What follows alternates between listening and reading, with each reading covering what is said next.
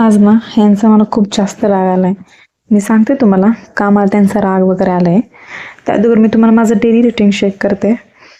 सकाळी इथे लवकर उठून मी स्वयंपाक करते, टिफिनची तयारी.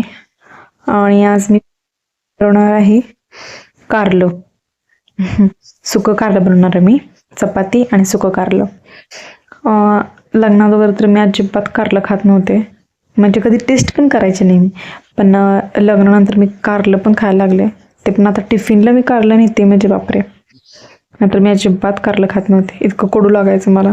पण मी लग्नानंतर ठरवलं की जे आहे ना ते खायचं, म्हणजे काय हेल्दी आहे ना मी त्याच्याकडे जास्त लक्ष द्यायला लागले. कसं काय काय माहिती बाबा, आवडपेक्षा हे आपण हेल्दी काय खातोय हे मला वाटतं जास्त महत्त्वाचं आहे.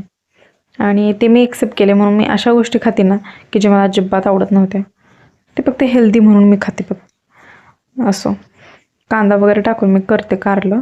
जास्त वगैरे कांदा टाकला ना थोडं कडू कमी लागतं कारलं. आणि चिंचेचं पाणी वगैरे टाकून छान लागतं कारलं त्याचं खाल्ल्यावर. एकदा टेस्टची सवय लागली ना मग बरोबर जातं कारलं.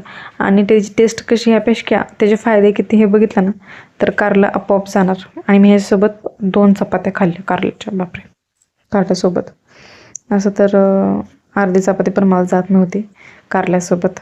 असो, आणि परत ना 5 वाजता ऑफिस सुटल्यानंतर बापरे एवढा पाऊस होता, म्हणजे दुपारपासून पाऊस एवढा आहे ना की बस. आणि तुम्हाला माहिती मी ह्यांच्यावर का रागवले, मी सकाळी स्वयंपाक बनवून गेले तर हे जेवले नाही, हाय तसंच जेवण होतं.